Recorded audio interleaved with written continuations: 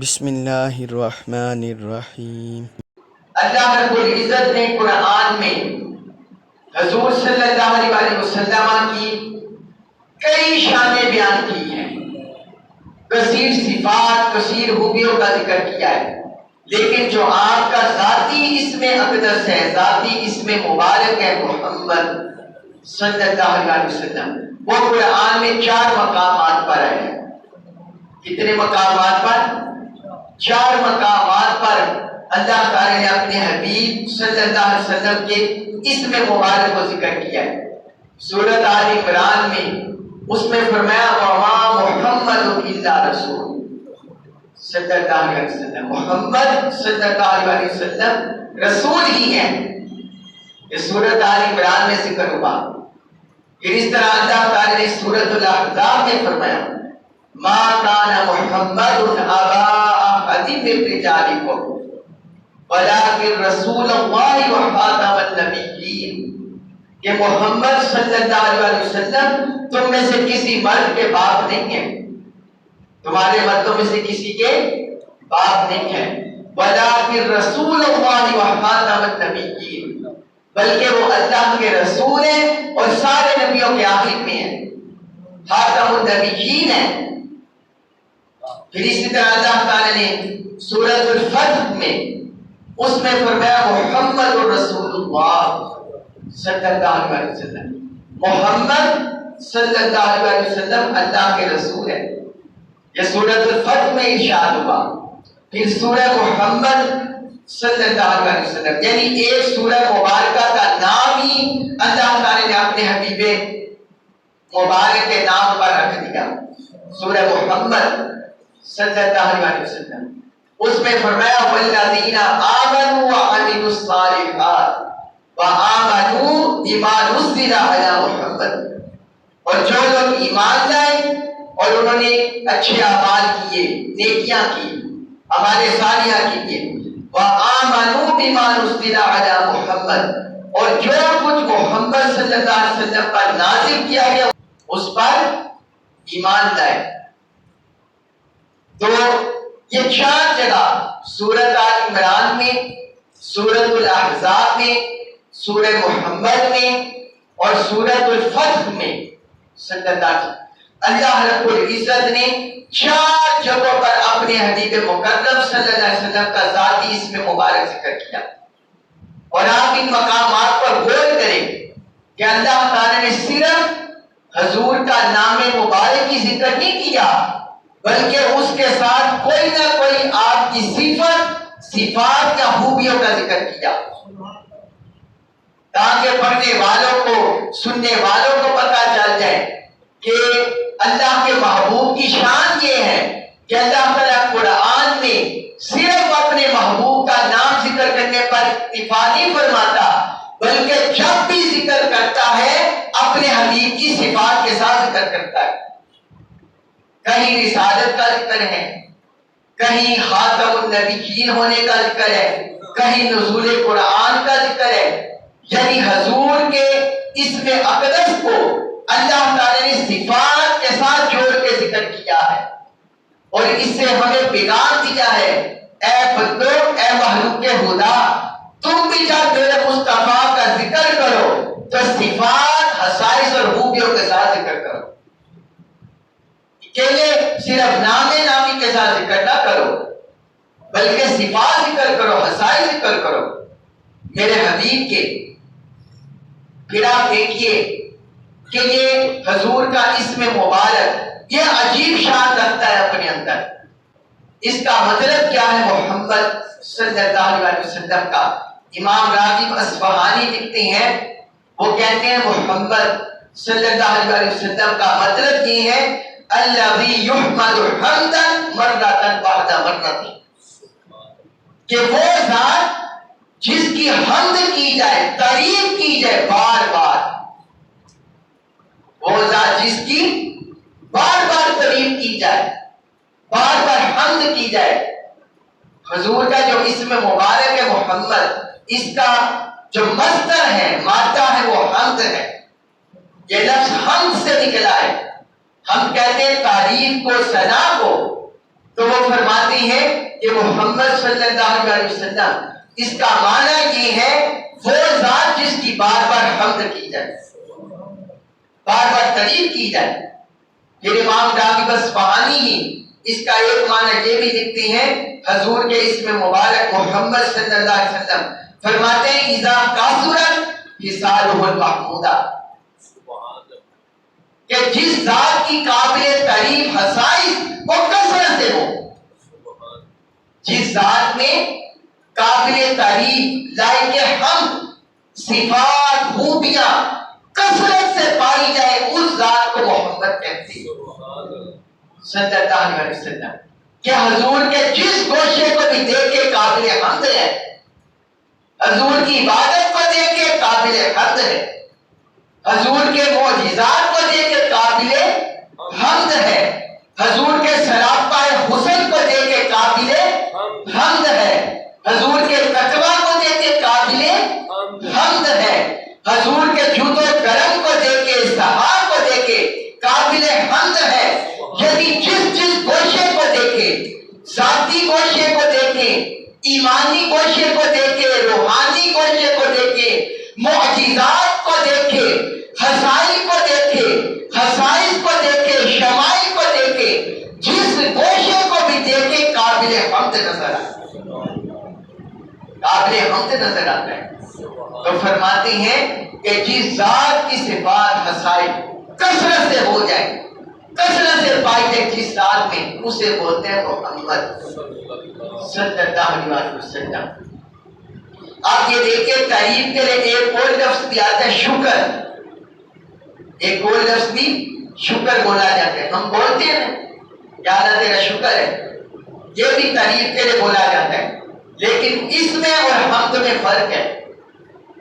ہم شکر اس ذات کے لیے بولا جاتا ہے، اس وقت بولا جاتا ہے جو ممدوح جس کی تعریف کی ہے اس کی عظمت و کبریائی کو بیان کرنا مقصود ہے، اس کے لیے بولا جاتا ہے شکر، کہ جس ذات کی ہم تعریف کر رہے ہیں، شکر کر رہے ہیں، اس کی عظمت اور کبریائی ذکر کی جائے تو اس کے لیے بولا جاتا ہے شکر۔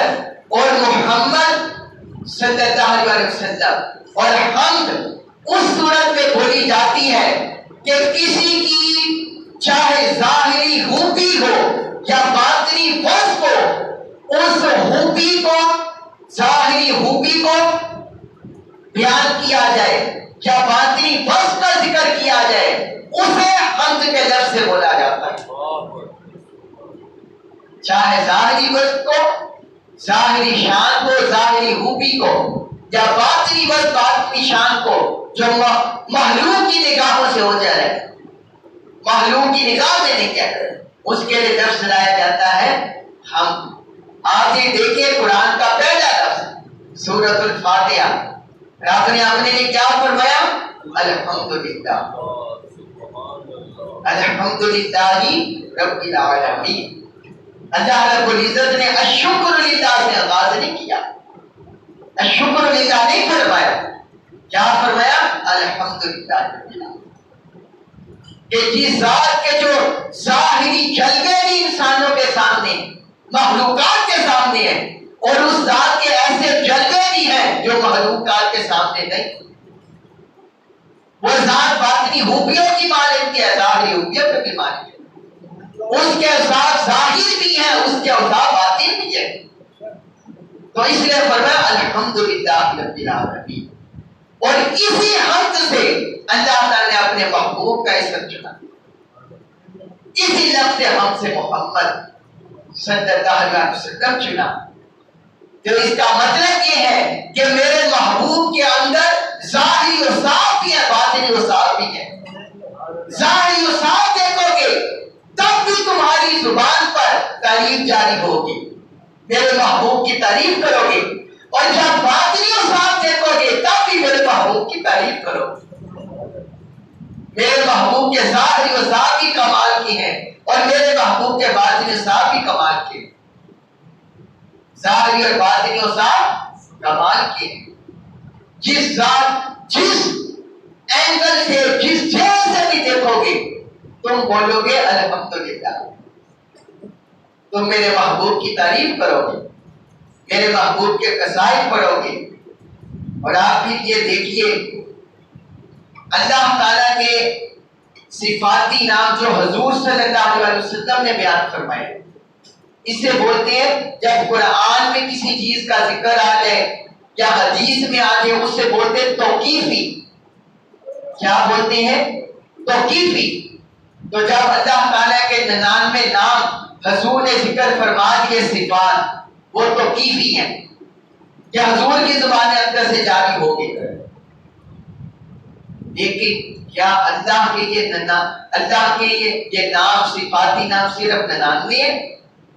نہیں، اللہ کے بے شمار صفاتی نام، اللہ کے بے شمار صفاتی نام، ان میں سے جو چنیدہ ہے، جو باقی صفاتی ناموں میں بھی جھلکتے نظر آتے ہیں، وہ حضور نے ذکر فرما دیے جو اصل ہے 99۔ مگر اس کے علاوہ دیکھیں تو وہ بے شمار ہے۔ لیکن انہی صفاتی نام کو ان کا رنگ جھلکتا نظر آتا ہے، مگر اس کا ذاتی نام، اللہ کا ذاتی نام وہ ایک ہے۔ وہ کیا ہے؟ اللہ۔ ساتھ بولے اللہ کا ذاتی نام کیا ہے؟ اللہ۔ ذاتی نام ایک ہے، اللہ۔ اسی طرح حضور صلی اللہ علیہ وسلم کا ذاتی نام ایک ہے، محمد صلی اللہ علیہ وسلم۔ زمین پر ذاتی نام محمد صلی اللہ علیہ وسلم وہ ایک ہے زمین کے لیے، اہل زمین کے لیے، محمد صلی اللہ علیہ وسلم۔ اور جو صفاتی نام ہے وہ بے شمار ہے۔ جس طرح اللہ کے صفاتی نام بے شمار ہیں، اسی طرح حضور کے صفاتی نام بے شمار ہیں۔ صفاتی نام بے شمار ہیں۔ امام قسطلانی ارشاد الساری شرح صحیح البخاری میں لکھتے ہیں کہ حضور صلی اللہ علیہ وسلم کے صفاتی نام 1000 ہے، 1000 ہے۔ اور بعض ائمہ نے لکھا کہ حضور کے صفاتی نام 300 ہیں۔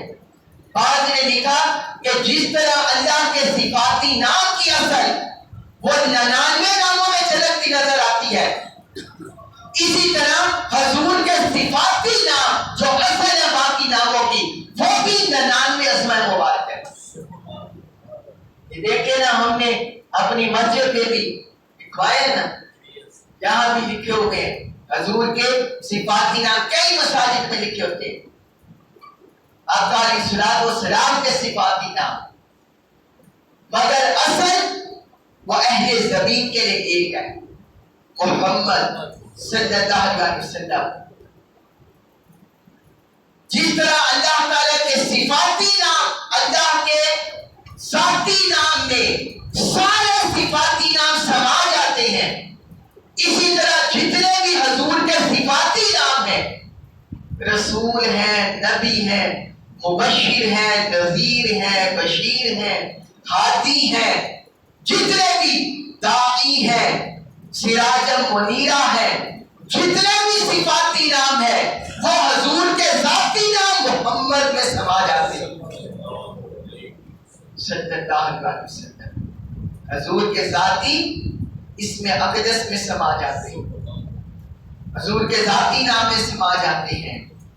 اور اللہ رب العزت نے یہ جو حضور کا ذاتی نام ہے، جس طرح رب کا اس میں جلالت اللہ ساری کائنات میں آیا ہے روز ازل سے، اسی طرح رب نے جب حضرت آدم علیہ السلام کو تحریک نہیں کیا تھا اس وقت صحیح محمد کا نام عطا کر دیا صلی اللہ علیہ وسلم۔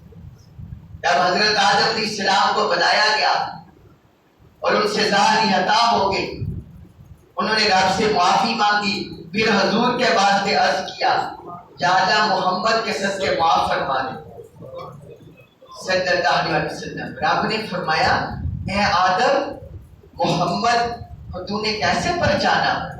کیسے جانا؟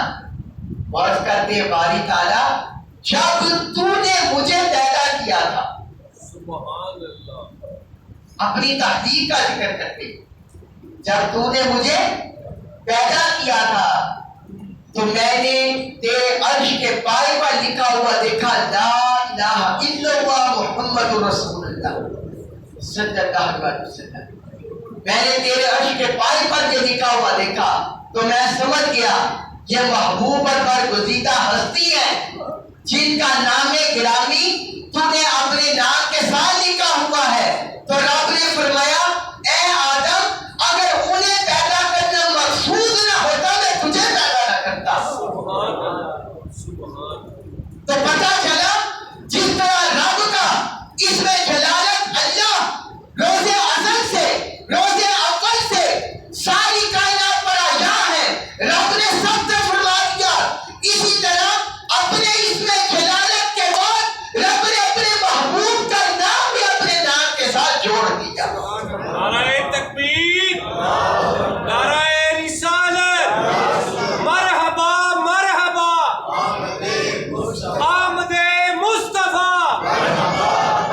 حضور کا اس میں مبارک بھی جوڑ دیا، حضور کا اس میں مبارک بھی جوڑ دیا اپنے نام کے ساتھ۔ آپ یہ دیکھیے کہ اس میں ایک اور بڑا ایمان افروز معرفت اس میں ہے، معرفت۔ اللہ رب العزت نے جب ہمیں کلمہ توحید سکھایا، کلمہ توحید و رسالت، کیا فرمایا؟ لا الہ الا اللہ محمد رسول اللہ صلی اللہ علیہ وسلم۔ لا الہ الا اللہ محمد رسول اللہ صلی اللہ علیہ وسلم۔ عربی زبان کا یہ اسلوب ہے اور ہر زبان کا یہ اسلوب ہے کہ جب دو ذاتوں کا ذکر کیا جاتا ہے تو ساتھ اور کا لفظ اضافہ کیا جاتا ہے، اور کا لفظ اضافہ کیا جاتا ہے۔ مثلا میں کہوں قاری حافظ عبد الغفور صاحب، حاجی شہزاد صاحب، جب دو ذاتوں کا ذکر کریں گے تو پھر جب میں دونوں نام اکٹھا لے لوں گا تو آپ سننے والے کہیں گے یہ دونوں نام ایک ہی ہیں، یہ دو ذاتیں نہیں ہیں بلکہ ایک ہی ہے۔ جب دونوں کا علیحدہ علیحدہ ذکر کرنا ہو پھر دونوں کا علیحدہ علیحدہ ذکر کریں، قاری عبد الغفور صاحب اور حاجی شہزاد صاحب، ڈاکٹر عمران صاحب اور حاجی اشرف صاحب، دو ناموں کا ذکر کرنا اور جدا جدا تو ہم ساتھ اور کا لفظ لگاتے ہیں۔ اللہ کے اپنے محبوب کے ساتھ قربت دیکھیے، محبت دیکھیے کہ رب نے، اور دونوں ذاتیں بھی جدا ہیں، دونوں میں مفہوم بھی جدا ہے۔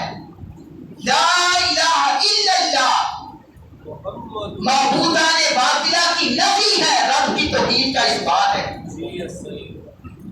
لا الہ الا اللہ، لا الہ کوئی معبود نہیں، معبودان باطلہ کی نفی کرنے، الا اللہ صرف اللہ، معبود برحق کا اثبات کر دیا۔ تو پہلے حصے میں لا الہ الا اللہ معبودان باطلہ کی نفی کر دی اور معبود برحق کا اثبات کر دیا۔ محمد الرسول اللہ صلی اللہ علیہ وسلم اپنے حبیب کی رسالت کا اعلان کر دیا، اعلان کر دیا کہ محمد اللہ کے رسول ہیں۔ تو دو ذاتوں کا ذکر آ گیا، دو جو ان کی صفات ہے، جو پیغامات ہیں، وہ جدا جدا ذکر ہو گئے۔ تو عربی زبان کے مطابق اور باقی زبانوں کے مطابق ہونا تو یہ چاہیے تھا، یہاں واو لایا جاتا، لا الہ الا اللہ، اللہ کے سوا کوئی معبود نہیں، اور محمد رسول اللہ، محمد اللہ کے رسول ہیں۔ عربی زبان کے مطابق اور باقی لغات کے مطابق اسلوب یہ بنتا تھا۔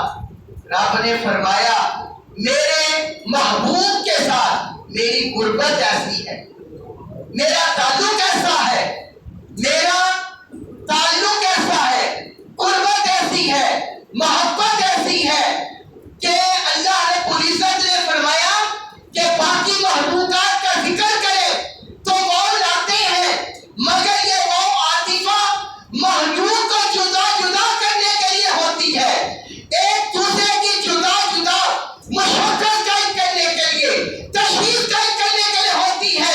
رب بے شک خالق ہے، محمد بے شک مخلوق ہے، رب بے شک معبود ہے، محمد بے شک عبد ہے، رب بے شک مستعان ہے، محمد بے شک مستعین ہے، مگر رب نے فرمایا یہ معبود اور رب کے تعلق کو دیکھتے ہوئے، خالق اور مخلوق کے تعلق کو دیکھتے ہوئے کہیں اللہ کو اور محمد کو جدا جدا نہ جاننا، ذات بے شک دو ہے مگر محبت میں اور قربت میں ایک ہے۔ نعرہ تکبیر، نعرہ رسالت، آمد مصطفیٰ، مرحبا مرحبا۔ ذات بے شک دو مگر صفات میں ایک ہے، محبت میں ایک ہے، قربت میں ایک ہے، رضا میں ایک ہے، اطاعت میں ایک ہے۔ جس ذات سے چہرے سے دیکھو گے تو جو صفت تمہیں خالقیت اور معبودیت ہے، اس صفت کو چھوڑ کر باقی جس ذات سے بھی محمد کو پرکھو گے، محمد کے آئینے میں تمہیں خدا کا جلوہ نظر آئے گا۔ صلی اللہ علیہ وسلم، محمد کے آئینے میں تمہیں جلوہ خدا نظر آئے گا۔ ایک ہے خواجہ غلام فرید رحمۃ اللہ علیہ فرماتے ہیں ایک ہے جو ایک کو ڈھونڈ کر جانے کافر تے مشرک ہے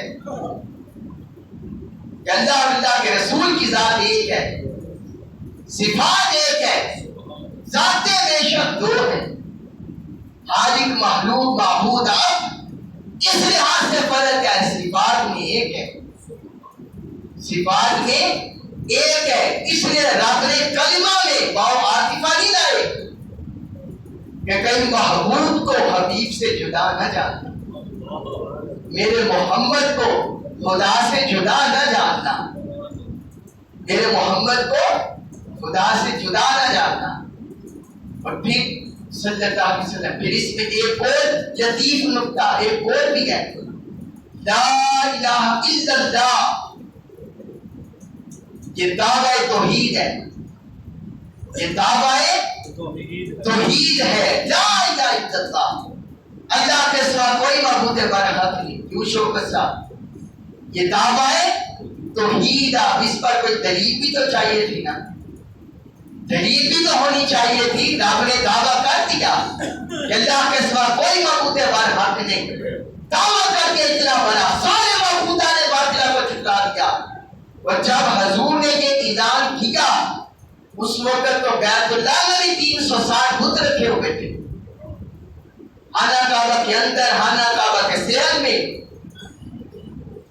جو مرکز توحید تھا وہ 360 بتوں کی آواز گاہ تھا، کتنا بڑا دعویٰ کر دیا۔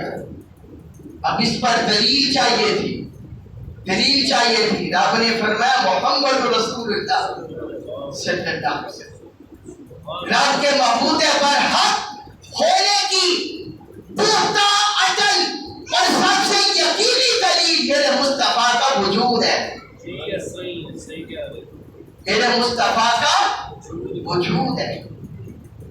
اس پر آپ کو ایک اور دلیل دے دیں قرآن سے، جب حضور صلی اللہ علیہ وسلم نے اپنی دعوت کا اعلان کیا، رسالت کا اعلان کیا، اللہ کی توحید کا اعلان کیا، قریش کے قبائل کو بلا دیا کوہ صفا پر، آجو سارے آپ،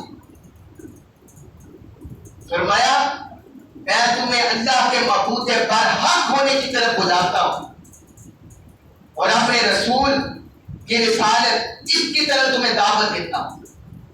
وہ کہنے لگے آپ کے پاس اس کی دلیل کیا ہے، ہمیں دلیل دیں، ہمیں دلیل دیں۔ آپ قرآن پڑھیے، حضرت موسیٰ علیہ السلام نے جب فرعون کے لشکر، فرعون کے سامنے، درباریوں کے سامنے اعلان کیا، انہوں نے دلیل مانگی، حضرت موسیٰ علیہ السلام نے عصا پھینک دیا، دیکھو عصا بہت بڑا اجتہا بن گیا، اور پھر انہوں نے اپنا ہاتھ بلند کیا، یہ آپ کی ہاتھ یہ سورج کی طرح چمکنے لگا،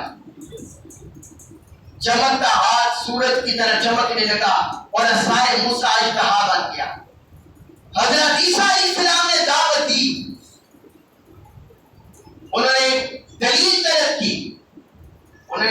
دیکھو مٹی سے بنا ہوا پرندہ پکڑتا ہوں، اس میں پھونک مارتا ہوں، دیکھو اڑنے لگ جاتا ہے، اڑنے لگ جاتا ہے۔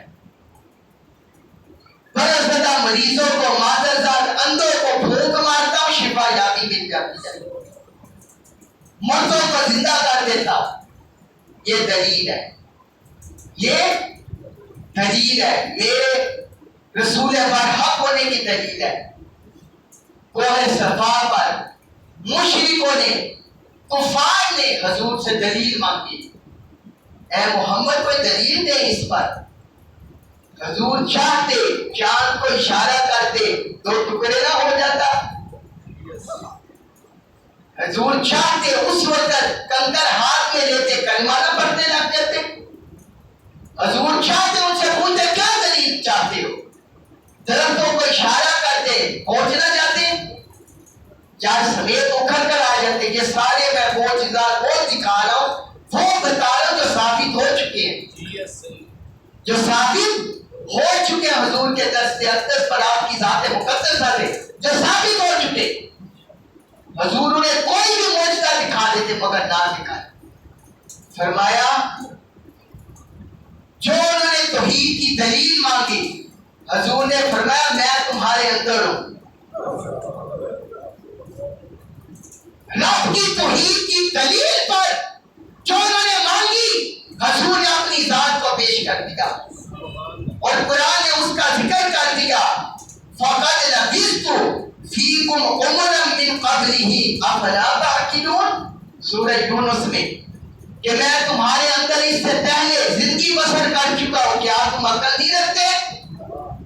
میرا بچپن دیکھو، میرا بچپن دیکھو، عبد المطلب کی گود میں دیکھو، سیدہ آمینہ کی گود میں دیکھو، میری جوانی دیکھو، حضرت حلیمہ سعدیہ کے ساتھ دیکھو، میرا بکریاں چرانا دیکھو، میرا تاجر بن کر شام میں جانا دیکھو، میرا ہاون بن کر اپنے گھر میں زندگی گزارنا دیکھو، معاشرے کا فرد ہو کر اپنے اندر زندگی بسر کرنا دیکھو، اور اپنے اندر ہر لمحہ جو 40 برس میں نے تمہارے اندر گزارے، میرے بچپن، لڑکپن، جوانی اور زندگی کے یہ ہم ہنسے شب و روز دیکھو، اگر چاہا کہیں تمہیں کمی کجی نظر آ جائے تو رب کی توحید پر تارا زنی کر دینا، اور اگر تمہیں میری ذات میں، میری صفات میں،